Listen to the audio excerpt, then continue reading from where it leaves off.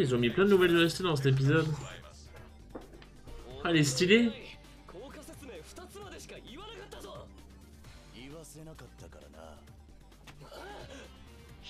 On dirait trop une OST de Colosseum. De Battle Revolution.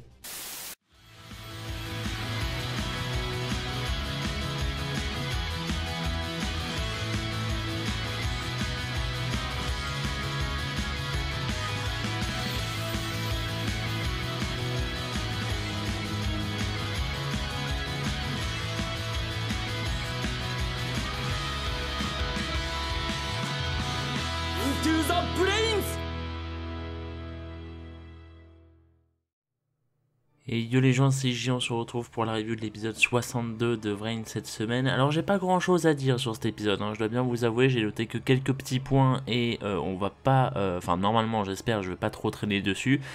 C'était un épisode qui était sympa, mais un peu lent, je sais pas, enfin je m'attendais... Je sais pas si je m'attendais à plus de choses en vérité, mais pour le coup, la semaine dernière il y avait beaucoup de bons points, là il y a quelques trucs décevants, même si la mise en scène était très bien réussie, mais il y a des trucs qui sont décevants en fait, et j'y reviendrai. On va commencer tout de suite. Emma.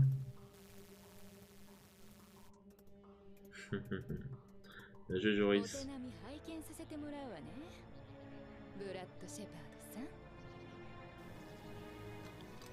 C'était obligatoire.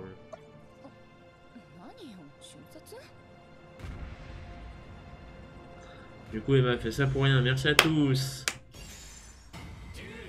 Oh là. Donc, premièrement, un très gros point noir, qu'est-ce qu'ils font en fait avec Emma? Je vous dis ça, j'ai l'impression de vous dire ça tous les mois et ça m'énerve. Je vais commencer la review en étant énervé, c'est très bien, écoute, il fait pas déjà assez de 40 degrés dehors pour que je sois encore plus énervé. Donc oui, qu'est-ce qu'ils font encore avec Emma? Parce que ça me tue, parce que on avait eu cette espèce de, pas d'hypothèse, parce que c'était quasi sûr, mais vous savez, la Joris nous avait dit que oui, vous vous souvenez de la petite Luciole et tout qui s'accroche à Soulburner, ça va être Emma qui va observer le duel, qui va avoir du coup... comment dire, qui va avoir des réactions, qui va développer quelque chose avec Shepard et tout, et bah en fait Shepard, dès qu'il la remarque, il la tue.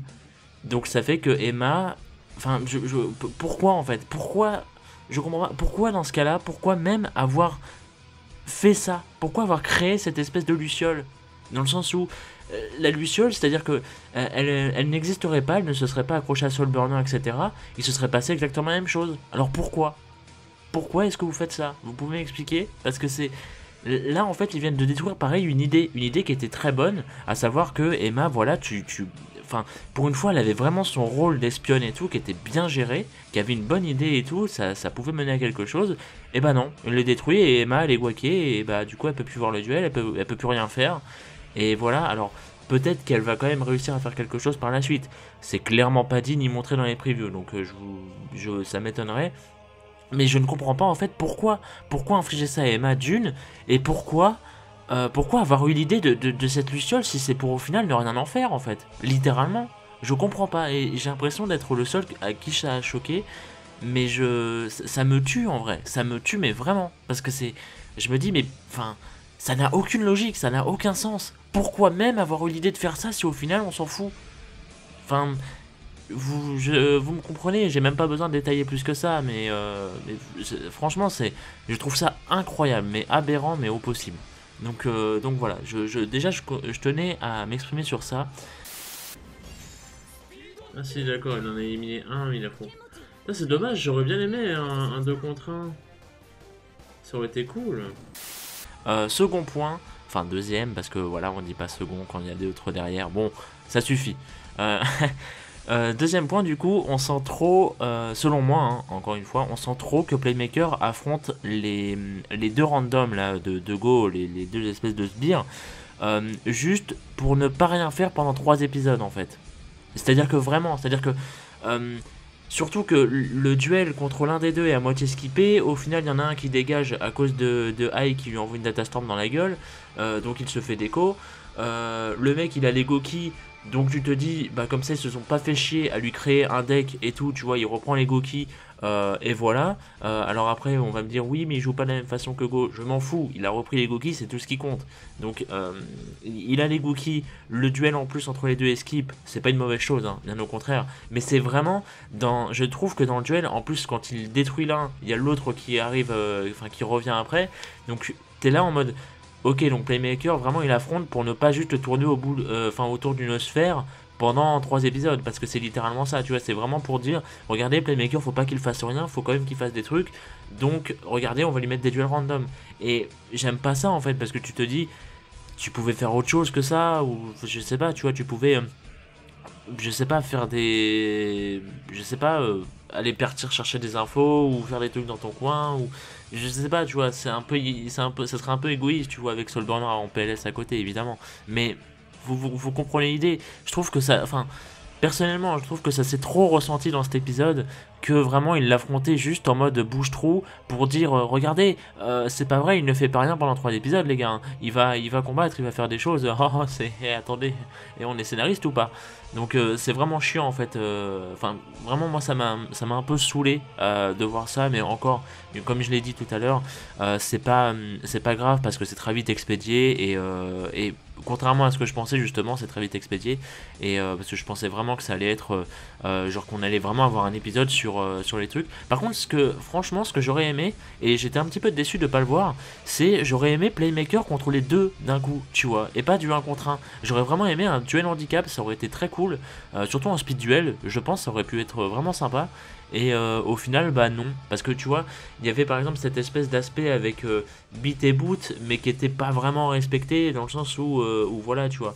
Mais là, il y aurait vraiment eu un truc 2 contre 1 et j'aurais vraiment aimé, ça m'aurait intéressé pour le coup, même si c'est 2 Goki, bon voilà. Mais toujours est-il que voilà, je tenais à m'exprimer là-dessus. Et selon moi, oui, ça se ressent trop que c'est vraiment en mode bouge-trou et j'aime pas ça en fait.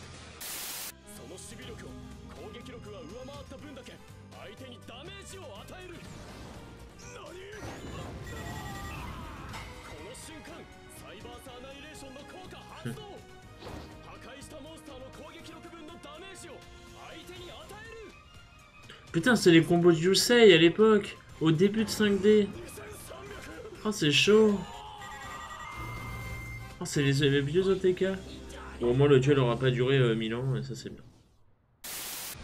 Mais, mis à part ça, c'était pour moi, les seuls points noirs de l'épisode, même s'ils sont assez gros. Sinon, la mise en scène, par exemple, pour le trauma de Soulburner, est très très très réussi, je trouve. C'est-à-dire que Soulburner est, comment dire, dans l'épisode, tu le vois, il est un petit peu... il est un peu sonné, tu vois, par son rêve, etc. et tout. Il est pas bien, tu vois, parce qu'il lui arrive et tout. Il est un petit peu, pas en état de choc, tu vois, pas non plus, faut pas exagérer. Mais il est un petit peu sonné, tu vois, qu'il est pas au top de sa forme. Il est pas tout joyeux ni rien, même quand il affronte Shepard et tout. Et donc voilà. Et en fait, quand Shepard justement prépare sa stratégie et tout, et qu'il invoque le désespoir des ténèbres, mon cul, hein, c'est très bien fait parce que tu vois vraiment Soulburner qui a vraiment le trauma dans ses yeux, tu vois vraiment, enfin, le dessin pour la mise en scène est très bien exécuté en fait. Je sais pas si ça se comprend bien dit comme ça, mais voilà. Et c'était très cool, bien que pour ma part, je pense que c'était trop forcé du côté de Shepard, dans le sens où il y avait plein de plans qui, même Flame ou Kusanagi ou je sais plus quoi, qui arrêtaient pas de dire oh c'est vraiment un connard et tout, regardez jusqu'où il est prêt à aller pour assouvir sa soif de vengeance et tout, envers les Ignis et tout. C'était vraiment chiant, ça faut vraiment qu'ils arrêtent avec ça, on n'est plus en 2000.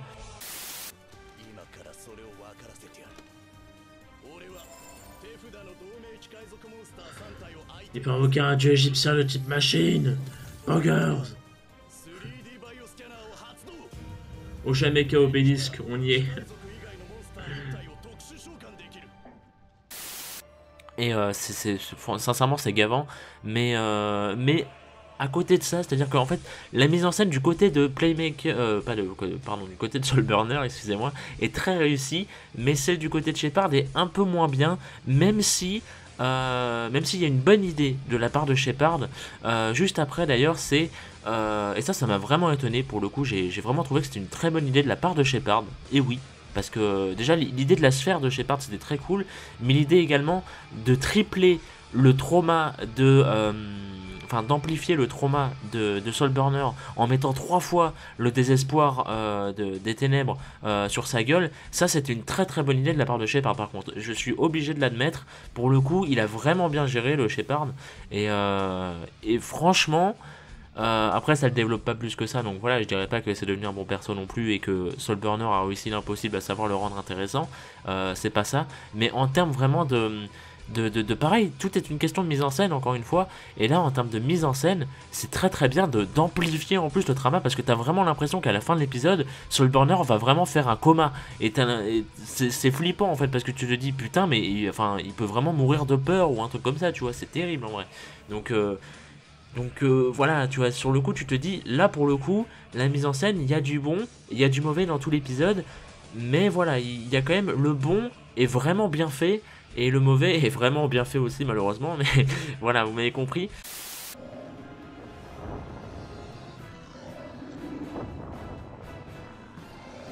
Donc à As.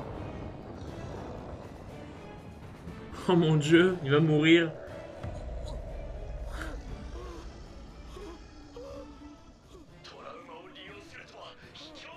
Ça par contre c'est une belle strat. Mais franchement, il y a pareil, tu vois, il y a de bonnes idées. Je trouve que l'idée, en vrai, pour les 3 désespoirs et tout, pour amplifier le trauma, c'est une très bonne idée. Et là, tu vois, ça apporte du value à Shepard en mode, tu vois, il devient plus sérieux, tu vois, c'est pas juste il lui balance son monstre et tout, non, c'est vraiment, il lui balance son monstre, et pour vraiment montrer qu'il a un côté Vislar, il va le tripler pour augmenter son trauma et tout, tu vois, et c'est une bonne chose. Pour le coup, ils ont bien géré Shepard dans cet épisode, et voilà, c'était plutôt cool, même si Shepard en soi est toujours insupportable, hein, vraiment, mais voilà, tout simplement. Et c'est un peu tout ce que j'avais envie de vous dire pour cet épisode. Et oui, déjà, la review est déjà finie. Alors on va passer du coup à la preview qui nous montre du coup que le prochain épisode sera centré sur eh bien, le duel qui va continuer tout simplement, et qui a l'air d'être en parallèle du duel de l'ancien Takeru qu'on voyait la semaine dernière. Et ça, par contre, je tiens à vous dire, si c'est vraiment le cas, c'est une excellente idée de mise en scène, encore une fois, parce que si en parallèle on a Takeru contre l'espèce de vieux gars, et que vraiment en parallèle, c'est-à-dire que pas une moitié d'épisode l'un et en moitié d'épisode l'autre, mais vraiment que ça alterne des scènes et tout comme ça pourrait vraiment être très très très très bien fait, et nous rappeler peut-être pourquoi pas le Naruto Sasuke à la vallée de la fin de Shippuden, ça serait très très beau. Je doute qu'on arrive à une telle mise en scène évidemment, mais voilà, on peut toujours s'y attendre. Et franchement, le fait qu'il y ait les duels en parallèle comme ça et tout pour développer Takeru, je trouve que c'est une très bonne idée. J'espère que ça va se ressentir, que ça va bien être appliqué dans l'épisode. Ça, écoutez, on verra ça la semaine prochaine. En attendant, voilà, dites-moi ce que vous avez pensé de cet épisode, pour une review un peu plus courte que d'habitude. Et donc voilà, j'espère que quand même qu'elle vous aura plu. On se donne rendez-vous du coup à la semaine prochaine. Et en attendant, couvrez-vous bien parce qu'il fait trop chaud. Moi j'en peux plus. Des bisous.